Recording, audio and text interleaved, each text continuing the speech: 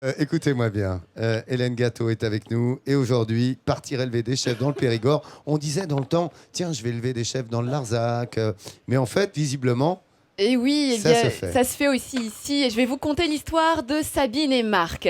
Sabine et Marc, à 40 ans, ont eu une deuxième vie professionnelle. En fait, en 2011, ils ont décidé de changer de vie. Ils venaient de s'installer à Rennes et Marc était encore muté pour la énième fois. Ils étaient là des mutations, là des horaires décalés et ils ont décidé de réaliser leur rêve de devenir éleveurs de chèvres. Alors pendant un an, le couple a étudié au lycée agricole en Ardèche et une fois le diplôme en poche, eh bien, ils ont parcouru les routes de France pour trouver une exploitation. Et c'est finalement à Hautefort qu'ils ont posé leurs valises et qu'ils ont racheté une vieille ferme pour réaliser leur rêve. À Hautefort, à quelques kilomètres de Brantôme, une famille venue de Bretagne a tout quitté il y a 3 ans pour s'installer dans le Périgord. Sabine, Marc et leurs enfants ont mis toutes leurs économies dans cette propriété de 7 hectares. 7 hectares et autant de bonheur. Tous les jours, on se réveille avec la joie, la bonne humeur. Voilà, c'est quelque chose qu'on apprécie vraiment. Alors qu'ils étaient tous deux salariés en entreprise et disposaient d'une belle maison près de Rennes, ils ont décidé de tout plaquer pour monter leur production de fromage de chèvre. Devenir leur propre patron, c'est d'abord ce qui a motivé Sabine et Marc. On est maître de ce qu'on fait. C'est nous qui décidons. On n'a plus de patron. Ça, c'est une liberté qu'on n'avait pas avant et qui est très agréable à exercer. Ce couple qui travaillait auparavant en horaire décalé et qui ne se voyait jamais, travaille aujourd'hui ensemble, main dans la main. Mais attention, pour ne pas se marcher sur les pieds, chacun a des tâches bien définies. Pour Sabine, qui gère la fabrication du fromage, cette répartition des rôles est indispensable. C'est important parce qu'on a besoin d'avoir tous les deux des tâches bien définies, de pouvoir exister en tant que tel, quoi, en tant que personne. Nous, il y a des moments où on est en couple, mais il y a des moments où on a besoin chacun d'avoir sa propre identité dans l'exploitation. Et son identité, Sabine l'exprime dans la création de fromages originaux et a même remporté un prix pour cela. Pendant que Sabine laisse parler sa créativité, de son côté, Marc gère le foin. Il y a des moments, il a pris sous la bâche en plastique, ça prend l'humidité. Et donc, elle ne le mange pas, ça. Donc, je suis obligé de l'enlever. Mais quand il est beau, comme ça, je le secoue un peu. Et après, elle retrie, elle reprenne ce qui va.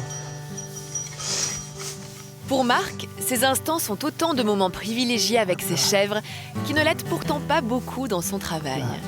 Attention. Je devrais enlever la paille là, qui s'est accumulée, le foin. Mais là, quand vous les voyez là, toutes dessus, ça donne pas envie de les déranger. Hein.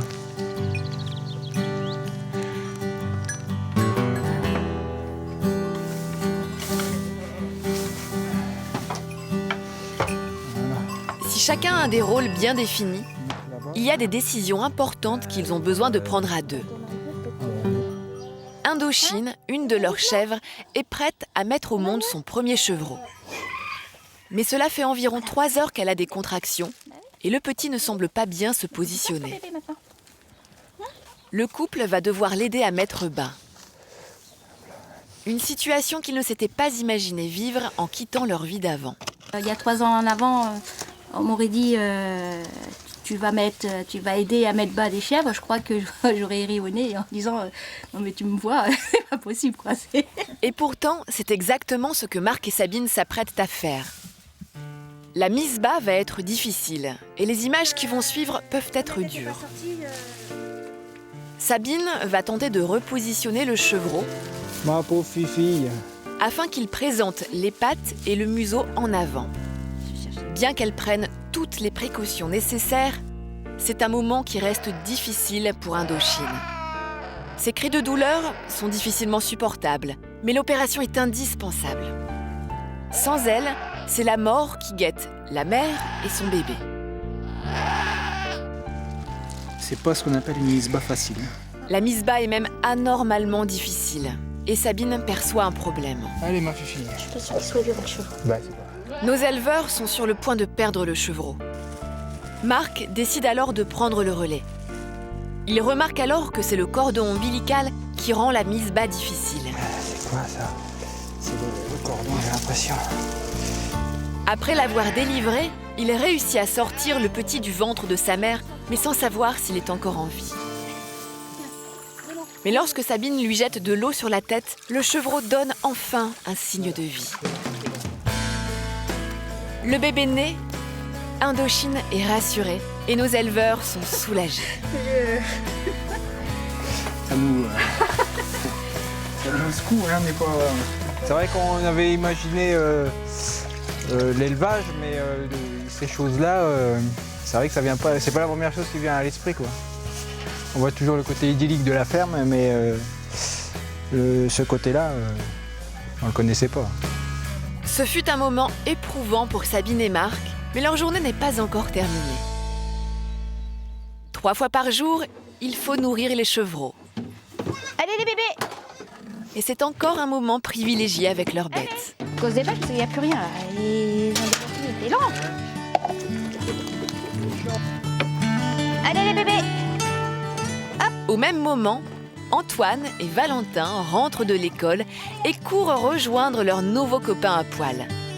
Pour eux, cette nouvelle vie à la campagne n'a que des avantages. D'être avec nos parents et on aime les animaux. Moi j'adore cette nouvelle vie. En laissant tout derrière eux, la petite famille n'a pas fait un choix facile. Mais c'est le leur. Et c'est sans aucun doute ce qui lui donne ce goût de liberté.